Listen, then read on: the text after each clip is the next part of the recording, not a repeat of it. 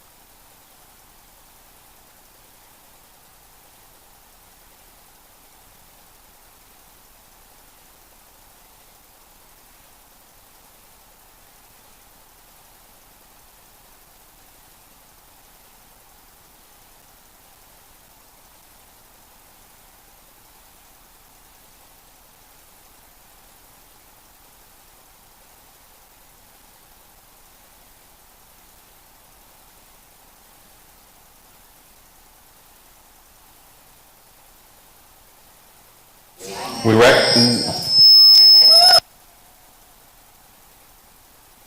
Hot. Super hot. Too hot?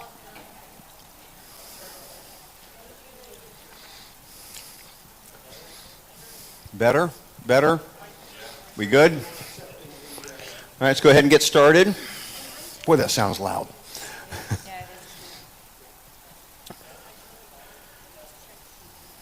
Better? Still on? Still on? Still on? Still on?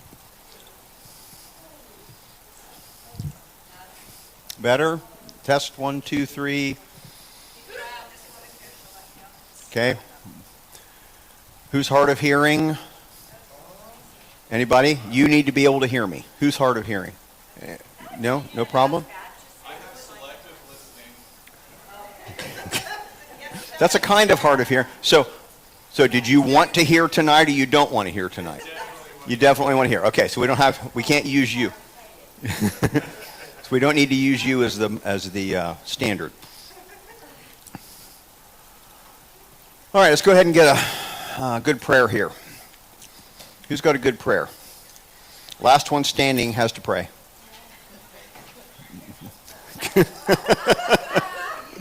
Okay, we have a volunteer. You've been very okay. Okay, Noah, come on. No, you stood up. Come on, stand up. Come on. It has to have at least 30 words in it. Okay?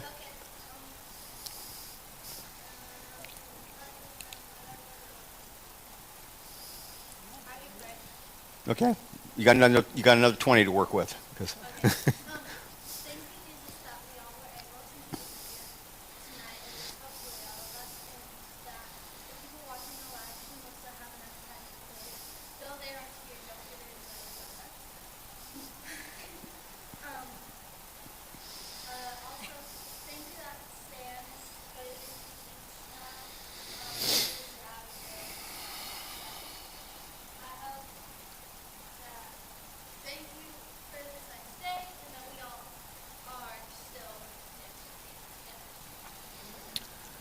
All right, what you are seeing is a shot from, that's the Sinai Peninsula. This is the territory when the Israelites left Egypt under the guidance of Moses. They ended up going into this area. Now, I'd originally planned on having an actual map of the area so you can picture it if you don't know. How many of you don't know where the Sinai Peninsula is? Okay, it's right around the corner from Israel. It's right around the corner from Israel. It's actually considered now part of Egypt, I think. Israel sits right on top of it, and at times has controlled it. If you picture the Red Sea has these two bays on it. One of them is the Red Sea, and the other is the Aqaba. It's Aqaba. The Gulf of Aqaba, right. That is the Sinai Peninsula between them. Those are the bodies of water that produce, calling it a peninsula. It is, I mean, as you can see, that is seriously inhospitable territory. I was there in the summer, and there was not a green anything anywhere, unless you were at some sort of a low-lying area. There was an oasis. The Bedouins were out there with their sheep and goats grazing. I'm like, are they eating rocks? I mean, there was nothing green. You could look in every direction. There was nothing green. So I don't know when this was taken. You can see some green there in the lower right there. This is brutally harsh territory. That was probably Photoshop. Yeah, by the Sinai tourist industry, right? Okay, next slide. In this incredibly inhospitable territory is an ancient monastery. Just turn the ringer down, off, turn the phone off, something. Okay. That is the monastery of St. Catherine's, and that is at the foot of the traditional sign of Mount Sinai. Who remembers what happened on Mount Sinai? Moses got the Ten Commandments. That's it. I don't remember which one of these. I think it might be the one on the right, or it's not in the pictures. Jebel Musa, the Mountain of Moses. It's been called that since ancient times. That monastery has been there since the 500s. It is the longest continuously occupied monastery in the world. It has never been destroyed. Even though it's in territory that has changed hands, Muslims and Christians and Jews hold that mountain sacred.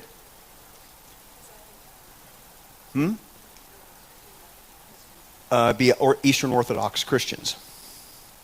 And I had a chance to go there, which was super fascinating, and climb Mount Sinai, which was really interesting. Anyway, super old, has never been destroyed. Now, this is out in the middle of nowhere, and in the 1800s, getting to this would have been quite an operation. So I'm going to tell you a story. This is like almost Indiana Jones stuff. It's about a scholar named Tischendorf, Konstantin von Tischendorf. In 1844, he was not even 30 years old, he began an extensive journey through the Near East in search of biblical manuscripts. And one of his stops was right there.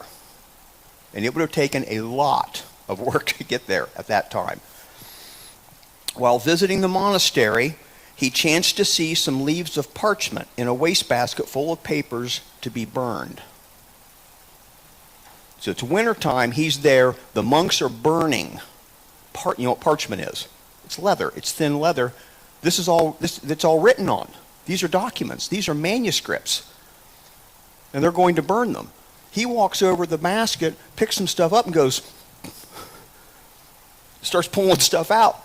This is old, I mean really old stuff. And he's like, don't burn, stop burning. And one of the monks goes, oh, you should have been here last week. We burned baskets full of this stuff.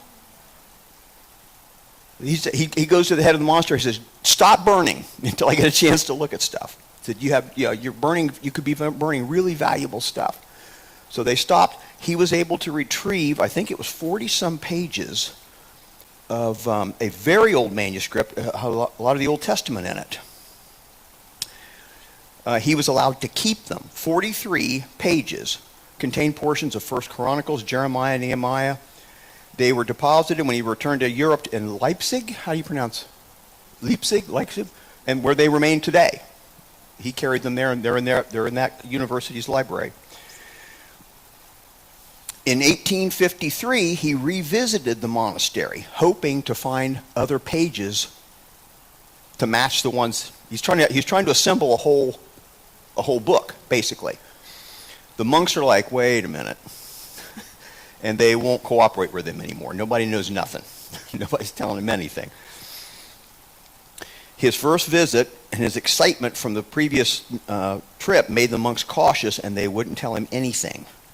In 1859, he went back once more. This time, he was under the patronage of the Tsar of Russia. You got to remember the era here. While he was there, he presented to one of the leaders of the monastery a recently published manuscript of the Septuagint. The Septuagint is the Greek translation of the Old Testament. So he presented them. That was nicely, I think he might even have been the one who published it. Anyway, so he goes there with a gift for their library. And he presents, they call him the steward of the monastery, this beautifully bound book. He goes, here's a copy of the Septuagint. And the monk he's talking to says, well, I've got a copy of the Septuagint. And he disappears into his cell, goes into a closet, comes out with a book wrapped up in red cloth and puts it on the table in front of Tischendorf. And Tischendorf unwraps it, and I figure his eyes probably about popped out of his head. Certainly his heart skipped a beat. He didn't know exactly what it was, but he knew it was extremely old and extremely valuable, and it was in excellent condition. Can you pull up the... That's a page out of the New Testament in what's now called the Sinai Codex.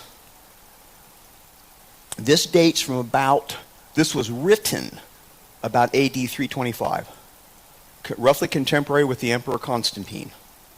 It's that old. And look at the page. It's almost flawless.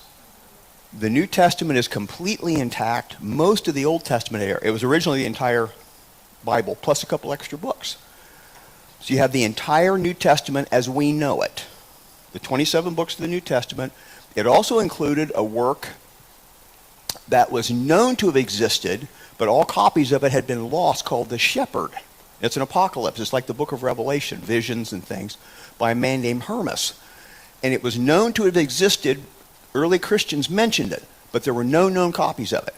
It was basically extinct. There was a very good copy of it in the Sinaitic Codex. There was also an ancient Christian writing called the letter or the Epistle of Barnabas. There was only one known example of it, and it was in Latin, and it was in bad shape. So when he sees this document, and he's like turning pages like, oh, this is what he's been looking for. This is like the Holy Grail. I mean, this is like amazing. Concealing his feelings, he casually asked permission to look at it further that evening. Permission was granted, and upon retiring to his room, he stayed up all night in the joy of studying this manuscript. As he says in his diary, it really seemed a sacrilege to sleep. So he sits up all night just looking. It's like, it's about the size of a large coffee table book. This big by this, closed up, it'd be about this big by this big. So this mentions the Epistle of Barnabas, the Shepherd of Hermas. He tried to buy the manuscripts, this manuscript. No. He asked if he could take it to Cairo to study it. Again, no. So he had to leave St. Catherine's Monastery empty-handed, or at least not didn't take this with him. He desperately wanted it. So the story pans out over several years, but basically he ends up trying to get access to the manuscript again by having a monastery closer to Cairo send for it. Then he's thinking, okay, we can study it. We can get it. It's like, no. He eventually, through some maneuverings, and he gets the Tsar of Russia involved and stuff. It ends up being donated by the monastery to the Tsar. This is an extravagant gift because he was a patron of that monastery. It was overseen by the Russian Orthodox, and the Tsar is like their guy. So that's where the situation stayed until the Bolsheviks overran Russia and killed the Tsar and his family. And they're officially atheists. And it wasn't too long before they figured out, hey, we don't want this. So there were some inquiries, things went back and forth. Now listen to these figures. The USSR, not being interested in the Bible and in need of money, negotiated with the trustees of the British Museum to buy the Codex for $500,000. And this is like 1922, 23, 24. The British government paid half of it. You've got international, you've got you've got governments involved in this thing, that dealing with that. It's that valuable. The British government guaranteed one half, the other was raised by popular subscription, and in 1933 it was carried under guard into the British Museum. It's now sitting in the British Library in their treasures room, and I've seen it, along with two other really, really old manuscripts, the Alexandrian Codex and the Vatican Codex is in the Vatican Library. They have some other really cool stuff. Anyway, that's part of the story about why you can look at your Bible and go, yeah, we can trust this. 325. A book written, a scribe sat down and hand wrote that book around 325. It is on a kind of parchment called vellum. And vellum is like super high quality parchment. Super high quality. The really valuable stuff was super thin. It came from very young animals or even animals that were stillborn or were aborted, because the skins were just so almost paper thin. It was just page after page after page. The entire New Testament. This is the earliest example we have of what we call the New Testament. Plus it has a couple of the other things thrown into it. Questions, comments? Yeah. I'm just trying to picture knowing what he's looking for. And he's been there, he's been back and forth a couple times over a 10-year period. And this guy comes out and goes, oh, here's something you might be interested in. Yeah. I was going to say that's really awesome, but stuff that has there is really cool because we thought this stuff was lost. And I was like, hey, you know what? Sometimes there are some works that were known to have existed in the early church that there are no known copies of them. This was quite a find. This was amazing. They have Yeah. no idea what got burned. Yeah, and you have no idea what got burned. And that pains me because I don't like to throw anything away and to think that they were just, They were burning it Yeah. for heat. Yeah, say warm. It was winter. They were cold. What do we got to burn around here? All these old loose leaves and stuff. Let's burn these. And so the guys are over there.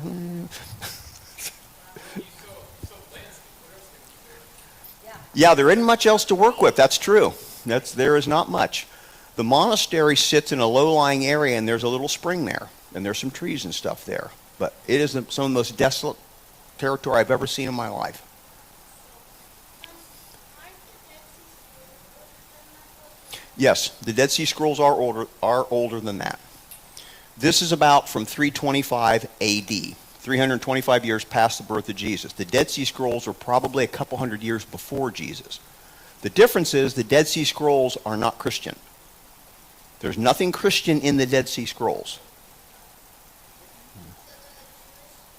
They're Jewish, and probably the writings from a sect called the Essenes that lived out on the edge of the desert on the Dead Sea.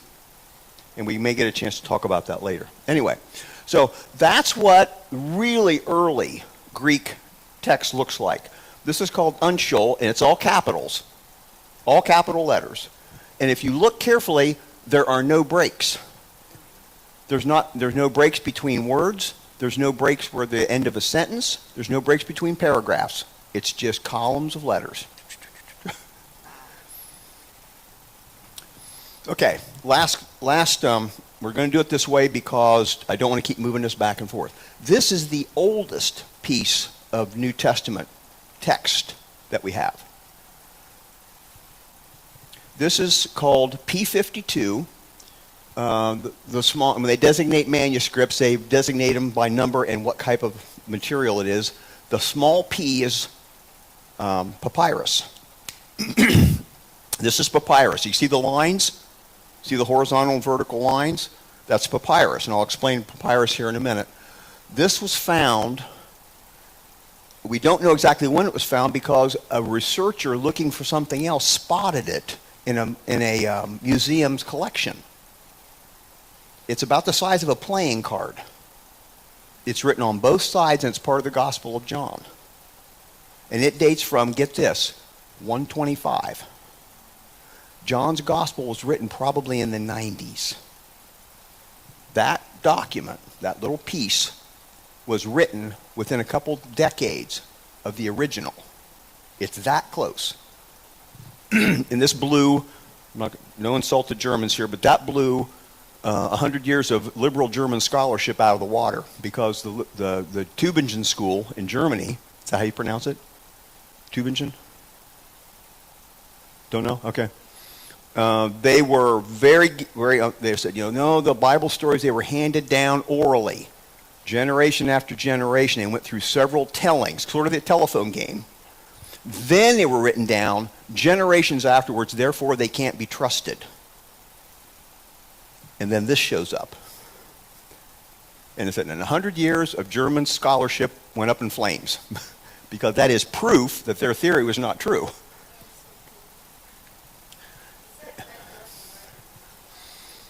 Greek, I don't know. It's top to bottom. You think it's left to right? Anyway, you can see it's all capitals. But, it's on both sides. There are pictures of this on the internet if you want to see what both sides of it look like. What was it? P52. It's also called the John Rylands papyrus, because I think that's the collection it's in, Rylands. Anyway, fascinating stuff. And you go, well, what value is this? I just told you what the value is. If we have documents that are that close to the time they're written, that is a very high level of trustworthiness. If it's gone through 3 or 4 tellings, the reliability does this. If it's written down shortly after the events, what have we got? High level reliability, and this proves it. So this little piece, it's the size of a playing card, this little piece is enormously important, even though there's not enough text on it for us to be able to compare it with other things very much. Just a few words here and there, but luckily whoever looked at it knew his Bible in Greek and went, hey, wait. Okay, you can shut those down now. Thank you.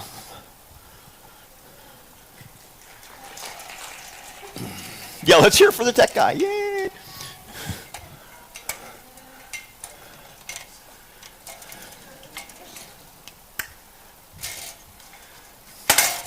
I need to make a comment before we go on about that piece that I just showed you, P52.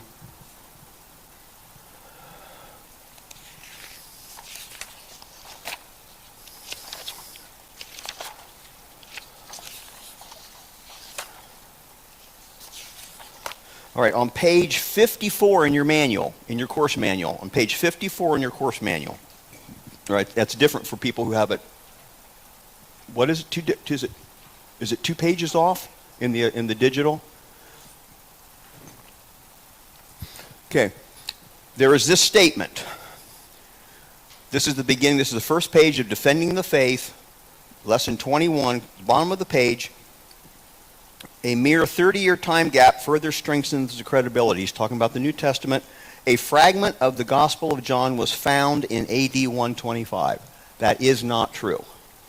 It was not found in AD 125. Clear at the bottom of page 54. Where it's got Those little carrots or whatever. third one. 5,600 ancient manuscripts of the Greek New Testament. 25,000 manuscript fragments. Page 56. Okay, electronic version is page 56. That is not true. It was written about 125. It was dated to 125. It was found in the early 20th century, I think in the 1930s. It was identified. So you can clarify that. And you also know why that matters now. Okay, before we go on. When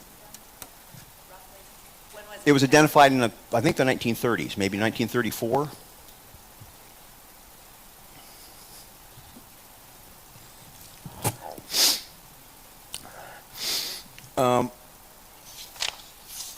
There's a list of religions tied to your assignments.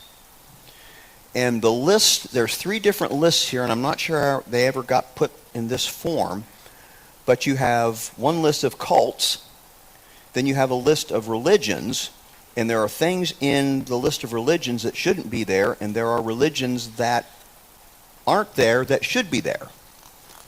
And then in the last section of it, you have something like Judaism. Look on page 61. You have Judaism followed by Voodoo. And before it is Roman Catholicism, and before that is Satanism. Those things don't go together. Those are there's completely different types of religious groups. So these lists are kind of jumbled up. I'm not sure what they were trying to go for. Anyway, thought you might find this interesting. Here are the top 10 largest religions.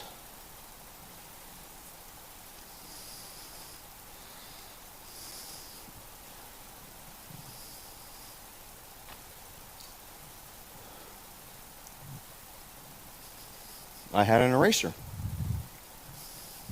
Ah.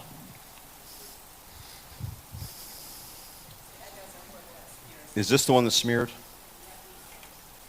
That's not bad. Can you read my writing? This is Buddhism, Hism. I think this is interesting. Here's a religion. It's one of the top 10 largest religions in the world. Most people have never heard of it. Yeah, Southeast Asian.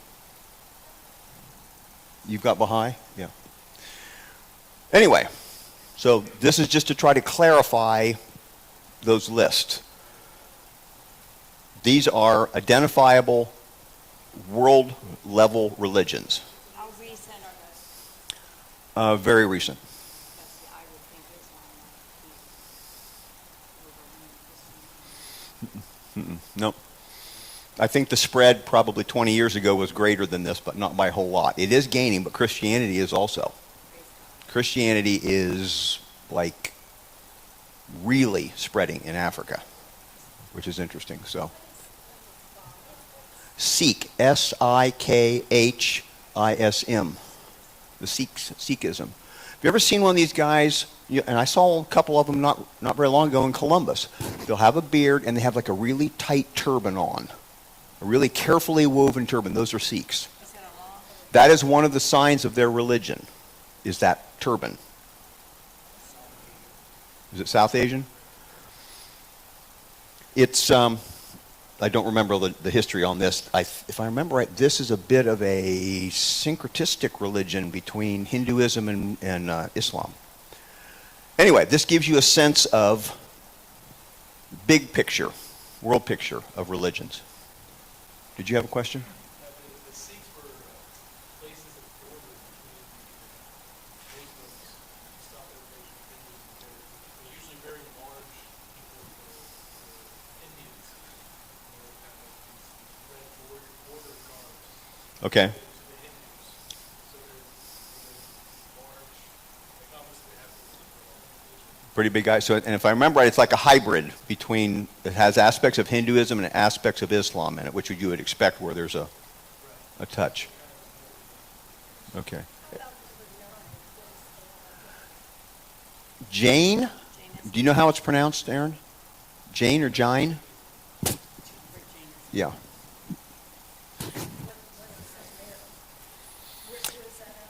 I think it's Asian. Middle Eastern Asian. You'll have to do some research on these your own. I'm not here to do world religions. There's a lot of overlap in some of these. This one's the one I find surprising. This is the traditional religion of Japan. Little teeny Japan. There are still that many people practicing the traditional religion of Japan. Okay, everybody got this? Wants it? If you don't, too bad.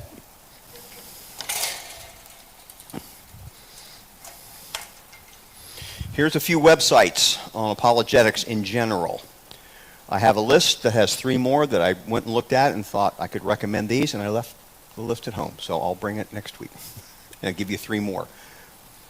But you pull these up, these are really interesting stuff here. It covers everything from cults to philosophy to science and faith They'll have articles on all kinds of stuff. I think some of these have links to podcasts and question and answers with experts and stuff. It's interesting.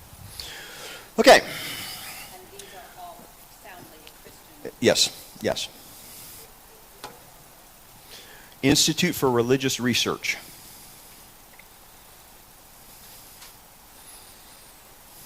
Who has Mormonism?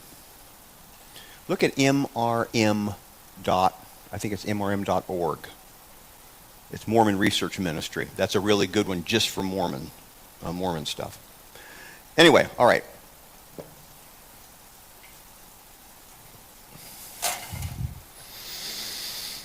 All right, where was I? Okay, we have the original book. Has writing on it. Then copies are made.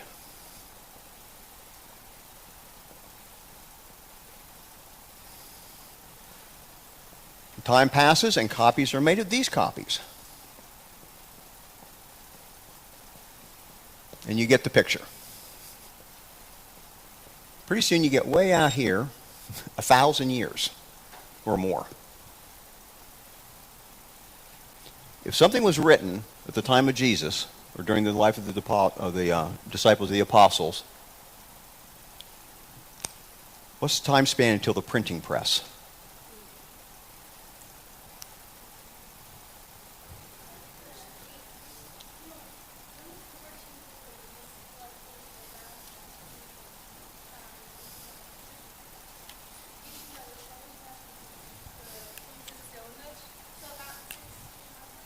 I believe it's 1456.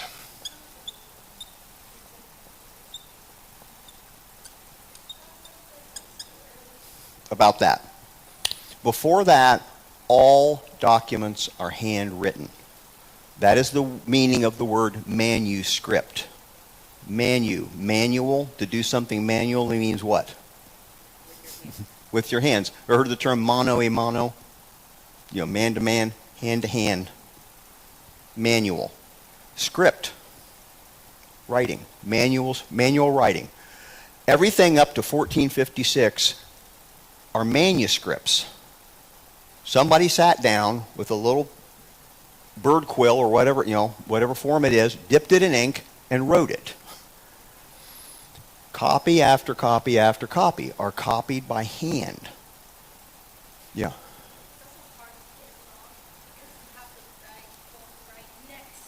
Well, it seems like it. It seems like it, but if you're doing hundreds, I don't know if you heard what she said. She said, well, that shouldn't be hard to be accurate because you've got the other book right there beside you. You just look at it. Try that for page after page after page after page after hour after day after day. Candlelight in a poem done in the cell. Have a bunch of scribes, like a ton, maybe 50 scribes, and they each have like this section to work on, and they get this amount of time. Okay, we're going to talk about that, the scribal techniques and how that produced what are called variants.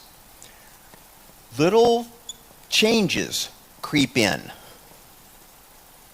This root word, like a variable, something different. As soon as you start putting things in hand, things start getting changed a little bit. Mistakes are made. Now, there's different kinds of mistakes. Some of them came from a scribe sitting down. He's got, like what she just described, you've got what they call the model, the exemplar. He's copying this. This is the original, and he's going to copy it. And he's looking back and forth, and he's, okay. Hour after hour after hour. Like what you showed us, there's no spacing, There's no spacing. they're all caps. It's right. And no vowels. Right. No. Greek has vowels. Hebrew doesn't, right. So, picture a warm summer day, and you just had a really big lunch. And maybe you didn't really sleep that well. It's about 3 or 4 o'clock in the afternoon, and you're just staring at lines and lines of letters. What's likely to happen? Fall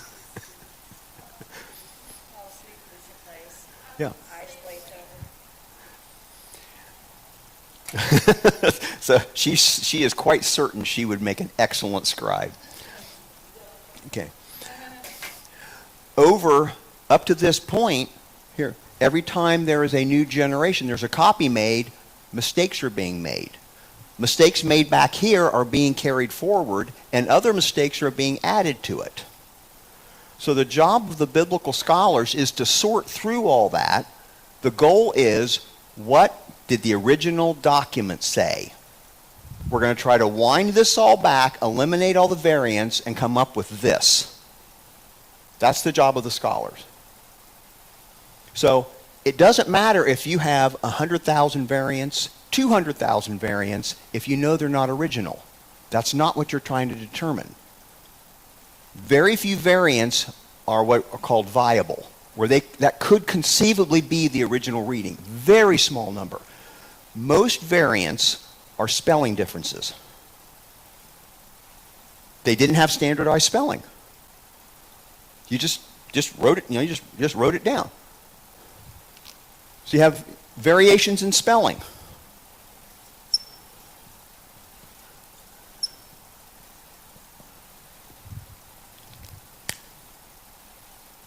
A gray horse or a gray horse. Does that make any difference whatsoever? No. It's the same word, it's just spelled differently, right? That's what most of the variants are. But scholars have cataloged every single variant. Some of them are a paragraph or more long. Some of them are down to the individual letters, the spelling of each individual word. It's all cataloged. And you end up with these enormous numbers, 100,000 variants, 200,000 variants, because they're checking them against each other, against other variants even. If it's different from any other text, any other manuscript, it's put down as a variant. So you get these huge numbers, and then that guy had sold a bunch of books a couple years ago. There's more variants in the New Testament documents than there are words in the New Testament. That's true, but it doesn't make any difference. Because most of them, it's very, very obvious, those aren't the original reading. And most of them were spelling errors. Are you familiar with this in English? Hold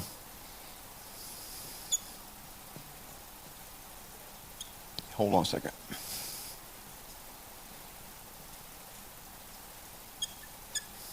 Which one is correct?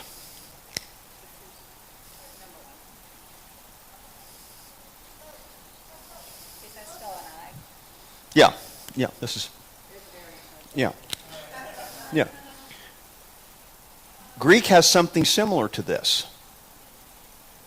Where, if in English, if it starts with a soft sound, a soft consonant sound like an H, or a vowel, you typically put an N here. Does that change the meaning at all? That is a spelling difference. That's all that is.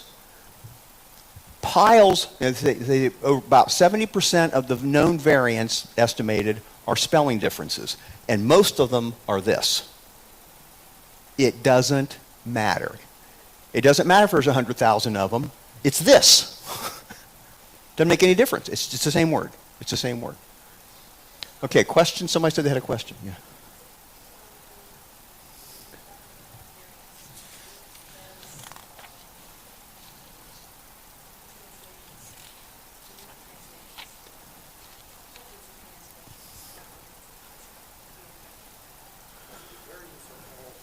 The Greek.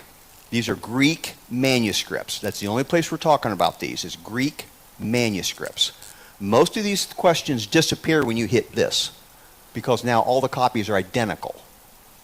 Now they still make mistakes when they're setting the type, but the next edition they'll try to fix those. But you're not getting them adding on and on and on. You're not getting this cumulative effect like this. And you're up to very, very recent time here also. Okay, another question. There was somebody else said they had a question. Yeah. Sorry, translation. It doesn't affect translations, because translations go back to a Greek text. Depending on which Greek text they go back to, it can affect it, and we're going to talk about that in a little bit. There's several very well-known passages that in the most modern translations, they're not translated the same way, and this is why. because a variant was identified. It said that's not the original reading. Okay. It's just, I think they just did that was because someone kept trying to change as the gospel. Yeah, in a sense, there was no right spelling. You just got close to it, and everybody knew what you were doing. The thing is, like, because when it started, this is all the variants. I think it started that when someone noticed the wrong stuff and like created Yeah, anybody, I mean, this was known like in Luther's time, scholars, biblical scholars. As few documents as they had to work with. Anybody who sat down and looked at two of them went, oh, wait a minute. That's slightly different. Scholars, way, way, way back, recognized there were differences in these manuscripts, and they had to be accounted for somehow. An entire science developed called textual criticism that deals just with this. How do you sort through all these variants and get back to what's the most likely one to be the original?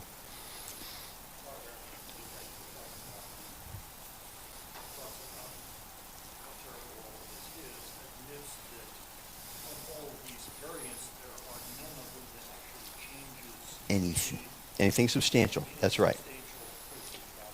So he made a whole bunch of money and got a bunch of press, scaring a whole bunch of people with 100,000, 200,000 variants, but he ultimately admits, you know what? It doesn't change anything in what we know about Jesus. Nothing. Oh,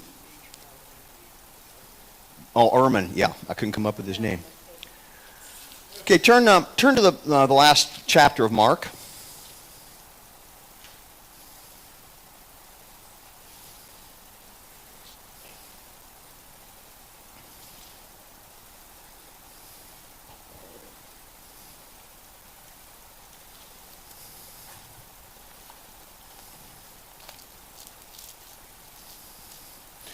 The ending of Mark is a variant.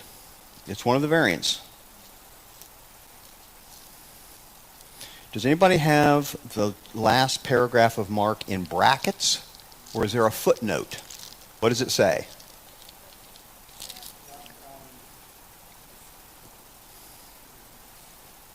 Mine draws a line and then says the most reliable early manuscripts and other ancient witnesses do not have Mark 16:9 through 20, and then it gives you Mark 16. Mark 16:9 through 20. So in this case, they left it in the text of the Bible, but they identify it.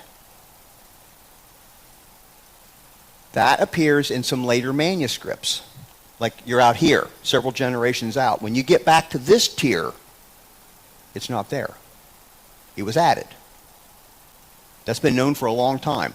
That is not the original ending of Mark. There's been some questions. Well, if you read Mark's gospel and you stop where that variant starts, it's like hitting a brick wall. The tomb's empty. Done. Next page, Luke. You're going, wait a minute. You can't just leave it like that. Yeah, it's like somebody needs to add something on the end of this to wrap this thing up. It's not original. But that's where you get, they will drink poison.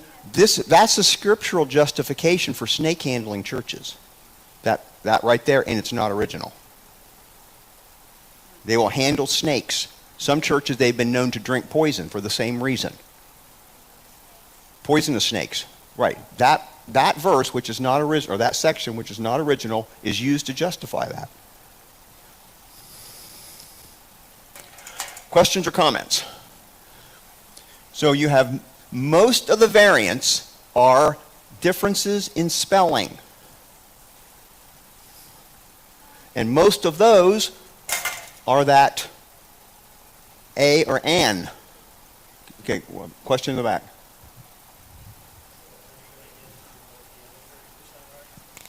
I'll give you a couple examples of them.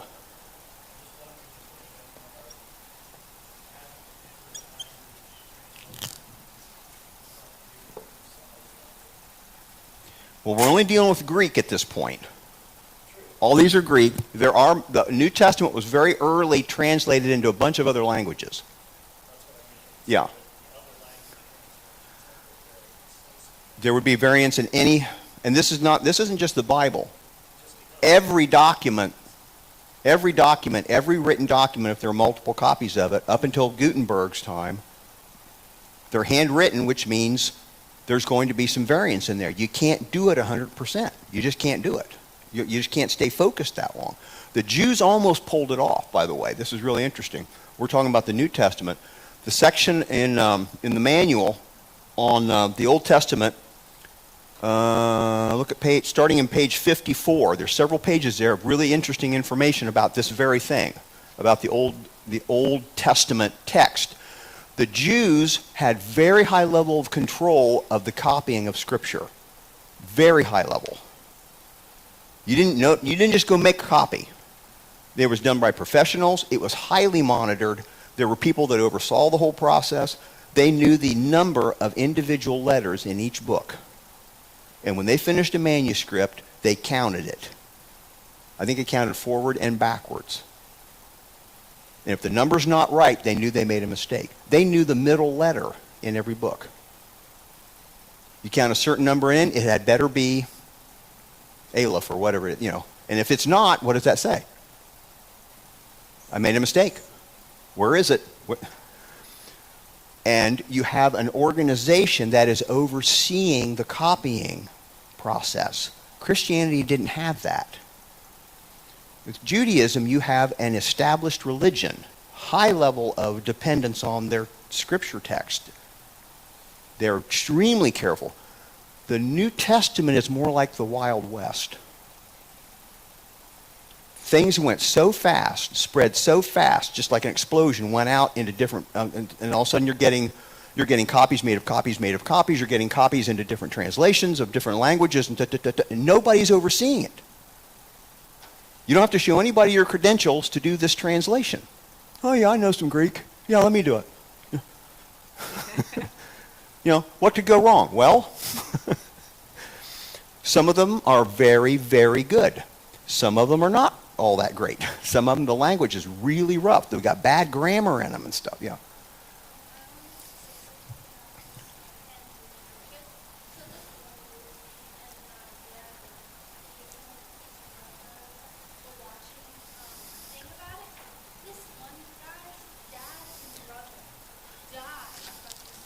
Mm-hmm. And he's still doing it. Yeah, and Esther, you're not from the Midwest, but there are still snake handling churches in probably Kentucky and Tennessee. There may be a few still in southern Ohio, back in the hills, where they actually keep boxes full of rattlesnakes and copperheads and stuff and bring them out for church services.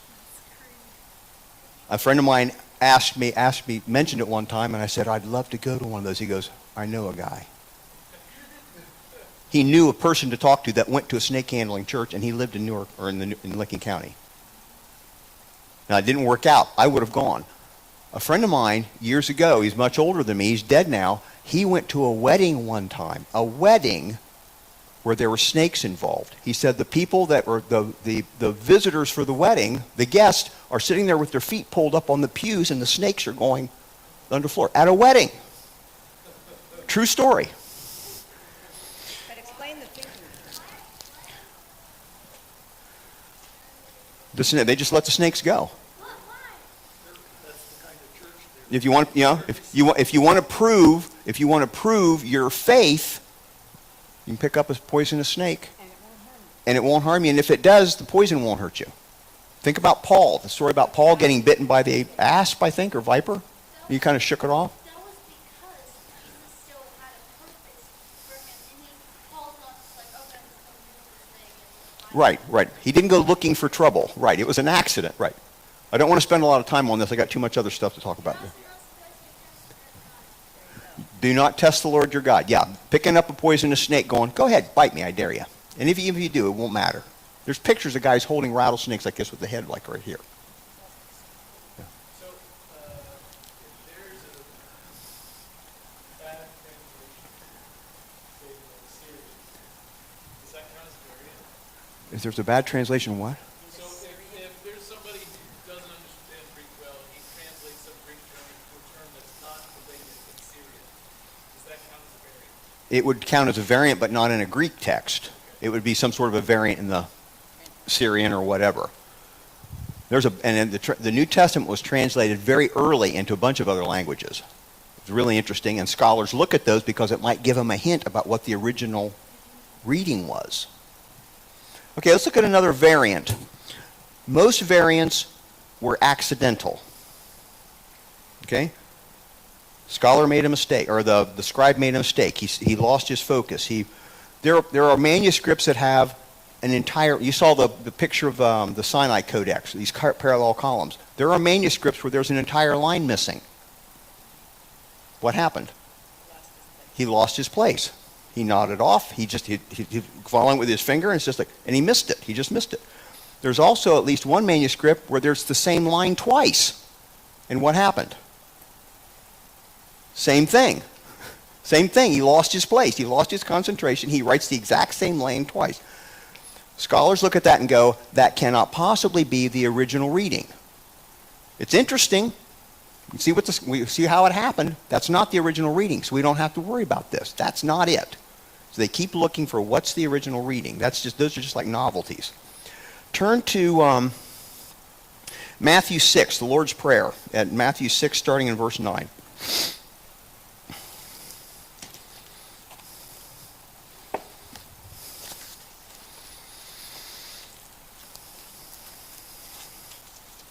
This is in the Sermon on the Mount.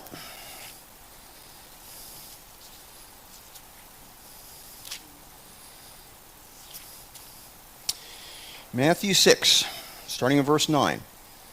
Okay, this is out of the New King James. Okay? This will sound very familiar. Our Father in heaven, your kingdom come, your will be done on earth as it is in heaven. Give us this day our daily bread. Forgive us our debts as we forgive our debtors. Do not lead us into temptation, but deliver us from the evil one. For yours is the kingdom and the power and the glory forever. Amen. Okay? Lee, what translation are you carrying there? The American Standard. What's it say? Footnote for verse 13 says this clause is not found in the early manuscripts. For thine is the kingdom and the power and the glory forever. Amen is not original. What Jesus told his disciples ended, deliver us from evil. The earliest manuscripts of Matthew don't have that. For thine is the kingdom and power and glory. It was added later as that prayer was being used in churches for like congregational prayers. And it's like a nice little benediction on the end of it. For yours is the kingdom and power. It's nice. It's got a nice flow. It's, whoever came up with it did a nice job on it, but it's not original. Does it change anything that that's not original? Not a thing. So you go, some Bibles don't even have that now. Some of the newer translations don't even have that listed. They don't even have it bracketed. It's just not there.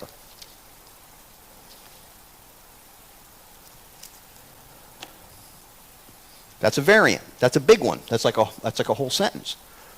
Let's look at John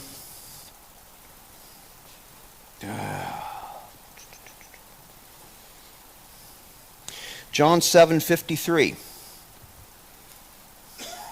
The famous story of the woman caught in adultery.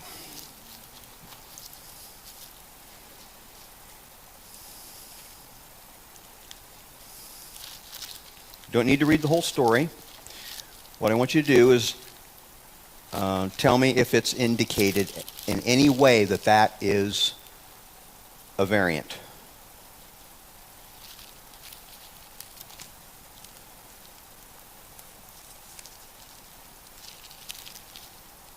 Mine does the same thing. It's NIV. It's got a line, and then the earliest and most reliable manuscripts and other ancient witnesses do not have John 7:53 through 8:11. So that woman caught in adultery is in the New Testament. So it's here, but it's got a line in it. Yeah. This one, this is the New International Version. At the end of 52, there's a line, and then it says in small print, the earliest and most reliable manuscripts do not have John 7:53 through 8:11. So that's a large variant. That's an entire story. That's a paragraph. that apparently was an independent story about Jesus that was in circulation in the early church. Remember in Luke, beginning of Luke, where it says, many have put their hand to record the events? There were a lot of written records about stuff Jesus did that were kept by a lot of people. I think there was, my personal feeling is the woman caught in adultery happened. It wasn't made up, it happened. It wasn't in Mark's gospel. The other two synoptic gospels, Matthew and Luke, followed Mark's lead. That story's not in there. But I think the early church went, that's a great story. And we've got a good source for it. There's a manuscript that has it in Luke that shows that it was an independent story. There was like, we got this story about Jesus. Where does it fit? It ends up in John. But it's not original. Yeah. Mm-hmm. Oh, and it doesn't change anything about our understanding of Jesus. That's exactly what you would expect from Jesus.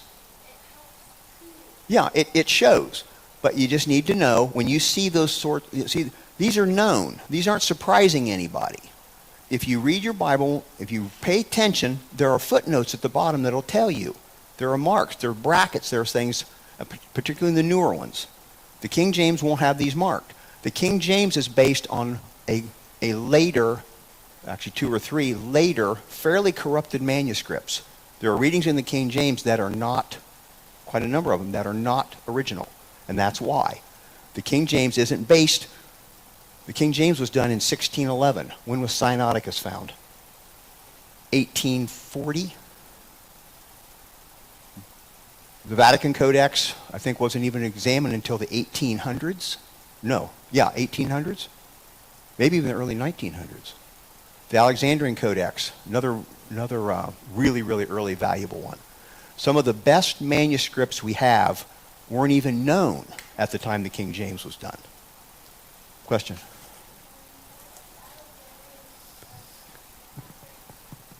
The city of Alexandria. Okay.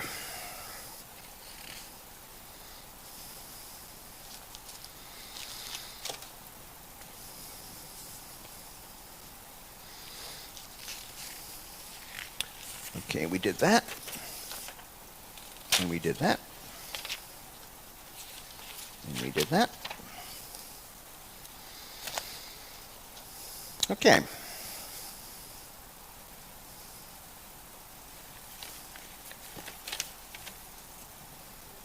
The papyrus.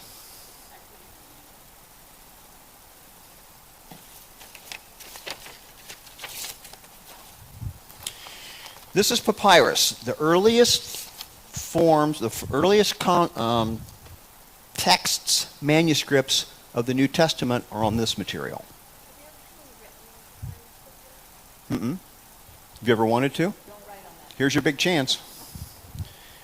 Papyrus is made from type almost like a reed that grows in Egypt in that area, and they take the stalk and they slice it real thin, and they put like one piece like this, and then put another one that overlaps it just a little bit, and then put another one that overlaps that just a little bit, and then they do it the other direction. It overlaps just a little bit like that, until they have a whole sheet. Then, Egypt is where it's typically found. It'll grow here, interestingly enough. People grow it as ornamentals here. If you hold that up to the light, you can see the layers. And I pointed that out on the pt2 fragment. You could see the vertical and horizontal lines. It's like ripstop nylon. You can't tear it. It's almost impossible to tear with your hands. Don't try it. He might be able to actually do it. If it is kept dry, it will last virtually forever. The oldest documents we have, New Testament documents, are on papyrus. So they lap those over, and then they take a mallet or something and pound it all together, and then press it, or they put it in a heavy press all those fibers together, and when it dries, you've got this. Very durable. Very durable. So the entire books are found. Now, this is something you need to know. In the ancient world, There are two ways of having books, of making books. One is a scroll. How many of you made a scroll in Sunday school? Yeah, how tough is it? Take this piece of paper, put a little bit of glue on it, stick another one on it, put another, and then what? You roll it up on a stick, right? That's a scroll. That's basically a scroll. That's it. Even the really fancy ones, even the ones made with leather, even the ones with Holy Scripture on them, that's basically what you've got. A page sewn to a page, sewn to a page, sewn to a page, sewn to a page. They can't be longer than about 30 feet because they get too big to handle. The other type of book, instead of putting pages edge to edge, they would take like a large piece right on both sides, stack them up like that, and fold it in half and sew it through the center. And that's a codex. Everything we think of as a book is in the codex form. I showed you the picture of the Sinai Codex. It looked like a modern book, right? It was open,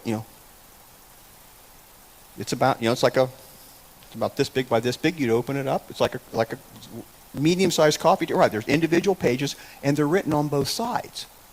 Scrolls are typically only written on one side. That's a problem. You just doubled how much surface area you need to record a document. That makes it really expensive.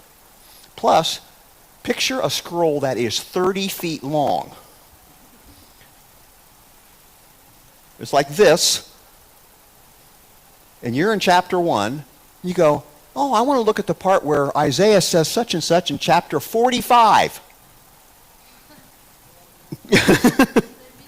15 minutes later. Not there yet. What do you do with a codex? Flip. The Christian religion were early adopters of the codex form. Almost all known Christian documents are codexes, came from codexes. So when people talk about the Sinai Codex, that's what they mean. It's a book in the form of our modern book. Really early stuff. And that's also why we chose that word for the ministry that we started that kind of oversees everything going on in Cuba, Codex Ministries, because of that connection with the early Bible, early New Testament. So parchment, some of them were written on parchment, which is thin leather. Vellum is high quality leather. The Codex Sinaiticus, they call it, Sinai Codex, is on vellum.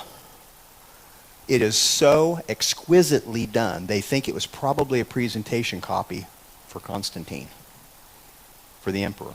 There's a record in early church writing that says there were, I think it was 10 presentation copies were made to give to the emperor. They think Codex Sinaiticus is one of those. Only somebody who is extremely wealthy or royalty would ever have a book like that. In the early Christian centuries, your average church probably only had maybe one gospel and a couple of Paul's letters. They were simply too expensive. Only the fabulously rich could afford a whole Bible. And what's interesting is that's still true in many places in the world today. We don't realize how blessed we are. I must have 15 different Bibles. I got 15 different translations at home. There's stories not very long ago of people taking Bibles and tearing individual pages out of them and distributing them to members of their church, so at least everybody would have something to work with. That's how rare it is still in places. Questions or comments?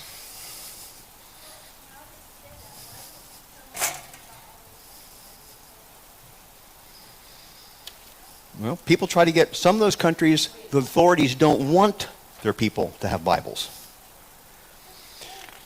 So some variants were concentration issues. The guy or I think most of them were male, just lost his place. He nodded off. His finger slipped. It's a mistake. He wrote this, he wrote the wrong letter, whatever. Some of them are hearing issues. Now, if we wanted to make 15 copies of Scripture, I could give all of you a piece of paper, and I would slowly read, and you would all write down what I was reading. Instead of one scribe working with one document, now you've got 15 of them being done at the same time. But that creates another kind of variant. Some words sound like other words. And if you're not really good, if the language that's being used is not your native language, it'd be very, very easy to write the wrong word. Think about the English words.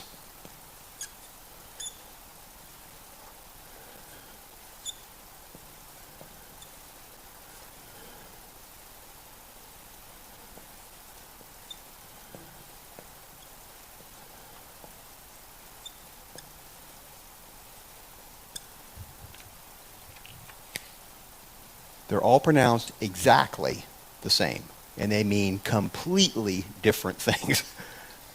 But if you're sitting there and the guy's reading, talking, and you're write something down, I already stopped him 5 times, I'm not going to stop him again.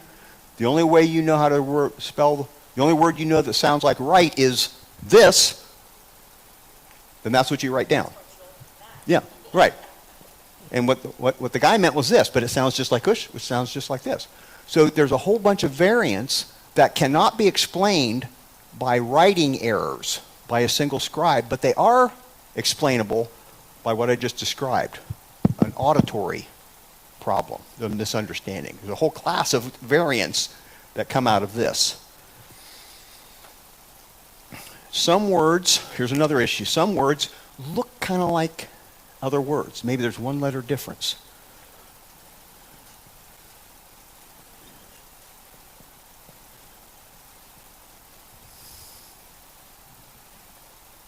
If you're moving fast, you might miss that. Instead of ether, you've got either, or vice versa. More likely you'd miss this. What about, here's a different type.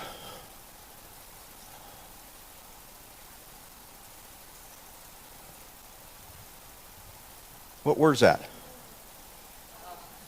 Well, it's beat or but. Is it but? Or is it beat?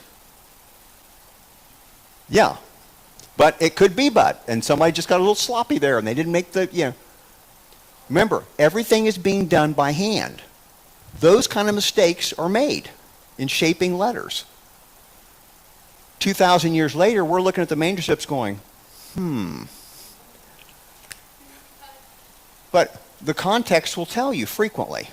He went to the garden and he planted, but probably not. Sometimes you can sort it out. But that goes down as a variant. This goes down as a variant. These go down as variants. Even though it's very obvious how they happened and why they can't possibly be the original reading or the original writing, they're still counted as variants, and you end up with this huge number of variants. The only ones that matter are the ones that could possibly be the original. And there's a very small number of those. I want to take a look at if you got enough variants, you don't need the original. In a sense, if you have enough manuscripts, and that's the situation we're in. If you have enough variants or enough manuscripts with variants in them to compare, you can work out.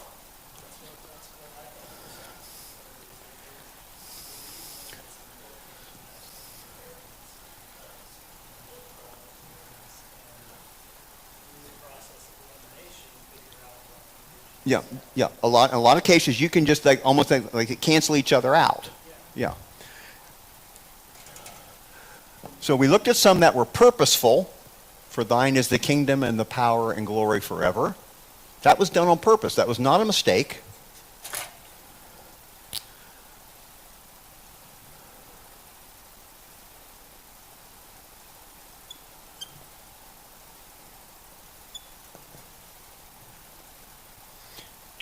The phrase is, we sent Timothy, our brother and God's fellow worker. That's in some manuscripts. We sent Timothy, our brother and our fellow worker is another. We sent Timothy, our brother and God's servant is another variant on the same verse. So you've got, is Timothy God's fellow worker? Is he our fellow worker, or is he God's servant? All three. Yeah. One of those is probably the original. There are a couple other variants that can't possibly be right. But this is a case where there's not enough manuscript evidence for the scholars to go, okay, we know which one, it has to be that one. There are really early manuscripts that have all those. So, but here's a case where, does it make any difference? Does that change doctrine? Are you going to go to hell because you happen to think that it says, we sent Timothy our brother and God's servant? And you're standing before St. Peter and he goes, wrong, and the door opens up and you go to hell. That's not going to happen. It doesn't matter. Is it a difference? Yes, it is. Is it a variant? Yes, it is. Were mistakes made? Absolutely. Does it matter? No. And that's the case on almost all variants. They don't matter. They don't change doctrine. They don't change what we know about Jesus. They don't change what we know about the early church. So the absolute number of them, 100,000, 200,000, really doesn't change anything. We're not interested in all the problems and the counterfeits and the wrongs. We want to know the right. The estimates are the New Testament documents. The original wording of all New Testament documents is way over 99%. There's very few there's very few passages where there's any question at all. Most New Testament documents in Greek agree with most New Testament documents in Greek. Vast number of them. There's no question. Yeah. Like, they might actually matter to me. If it's like saying Jesus is it. Like, but if it's like something as ridiculous as someone spelled something, either, like, I don't care. Yeah, you have to look at it. Does this really make any difference? So, are they right that there are that many variants? Yes, in an absolute sense. But when most of them are differences in spelling and it's still clearly the same word, that's a difference that makes no difference. Most of them are that. The ones where there really is something substantial, like the one I just showed you, it doesn't make any difference either. There's another one. It's an interesting one. It's in Acts 6, talking about Stephen. The guy gets martyred. One of them refers to him as he was full of grace and power. One of them says he was full of grace. Another says he was full of faith. Another says he was full of grace and faith.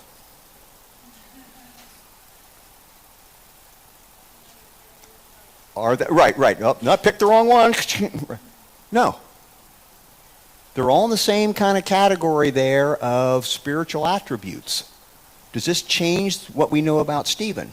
Not at all. Take your pick. It doesn't matter. He was a super high quality guy. A few more manuscripts are found. They may be able to sort this one out. And the one I mentioned, there are a few others. But the number of them that are actually contested among scholars about we really don't know which is the original is extremely small. And changes nothing. And that's what you need to know about Greek manuscripts and variants. Don't let somebody scare you with this. Now, if you're interested in more information about this, this is a really interesting book. Fairly slender. This is a very, very interesting book. The one I was just reading from was written by one of the top Greek scholars in the world. He's dead now, Dr. Bruce Metzger, world class. Here's a fairly thick book on the text, just talking about the text and the transmission of the text, the words on the paper.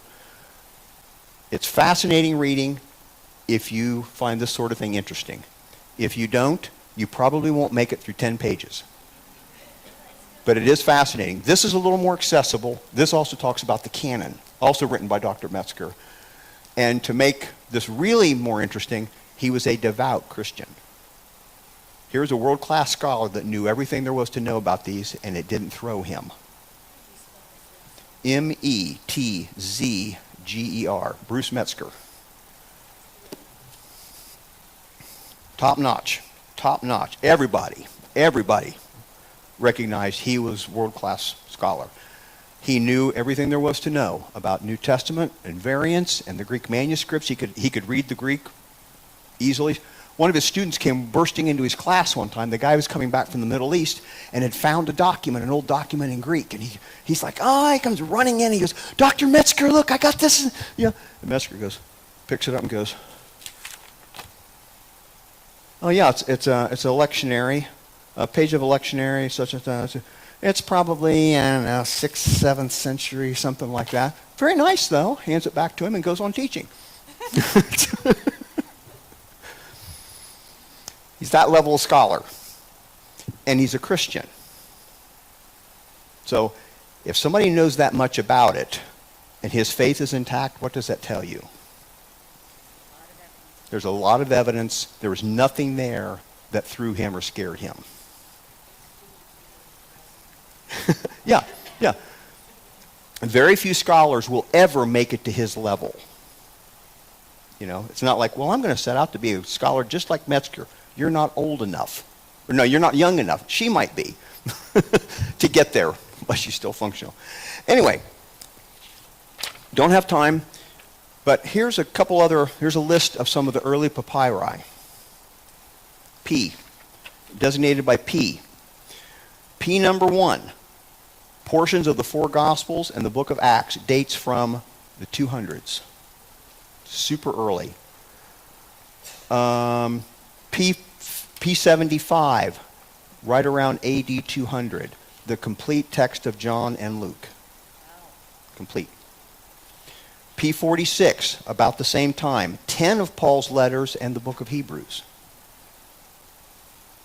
P number 3.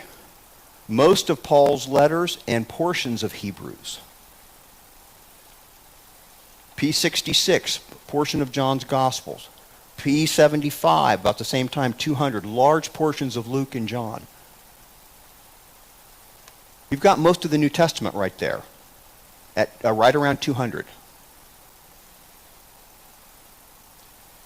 We're not 1,000 years out, 1,400 years, 1,500 years. We have documents that were written AD 200, large sections of Paul's writings, large sections of the Gospels, very, very early.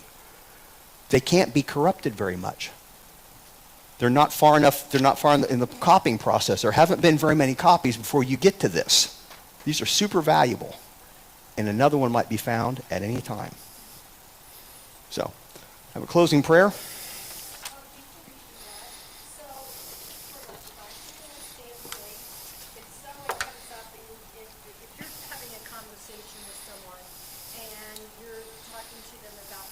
And they say stand, just stop.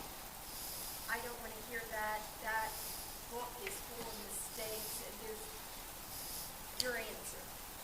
The book is full of mistakes. Bruce Zachary addresses that.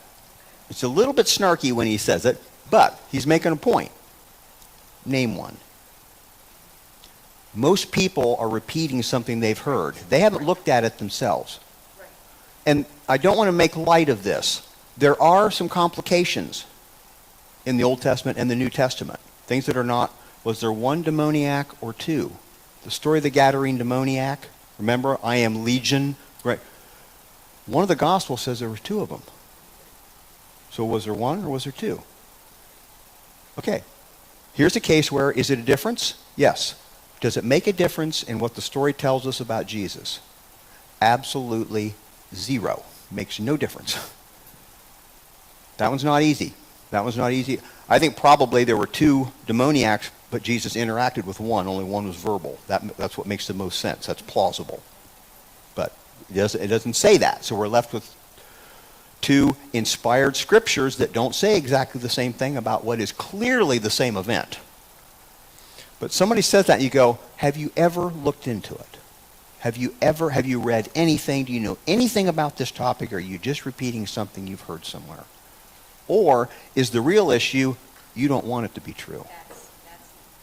You need discernment. Yeah, if the real issue... Before swine, but if they really are seeking, but they've been scared off by this stuff,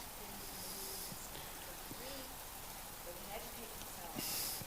But if they're just, their mind's already made up, then there's nothing. The sites that I wrote, those apologetic sites, have some information like that. I'll bring you the rest of the other three. I've got another three.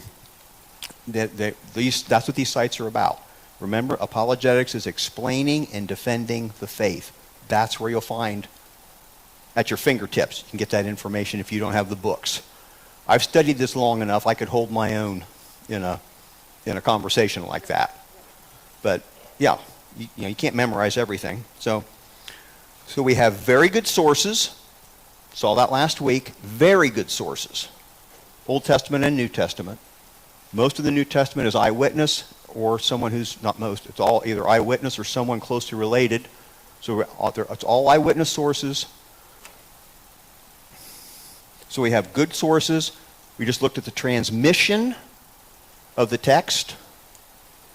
All these old documents, thousands of them in Greek, tens of thousands in other languages in these handwritten documents that give scholars a lot to compare.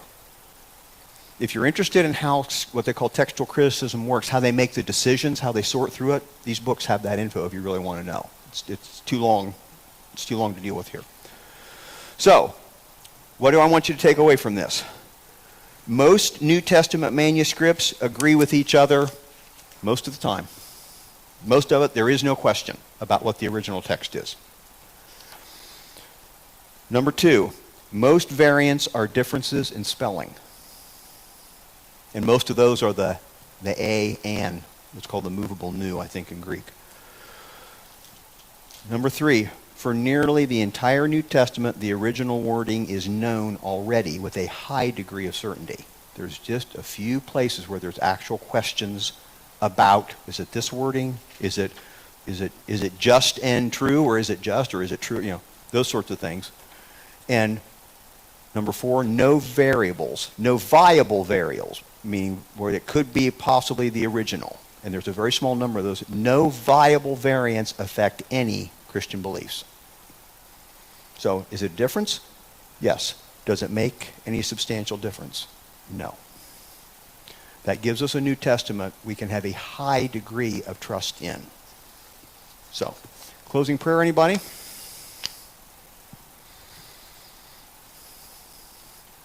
Okay.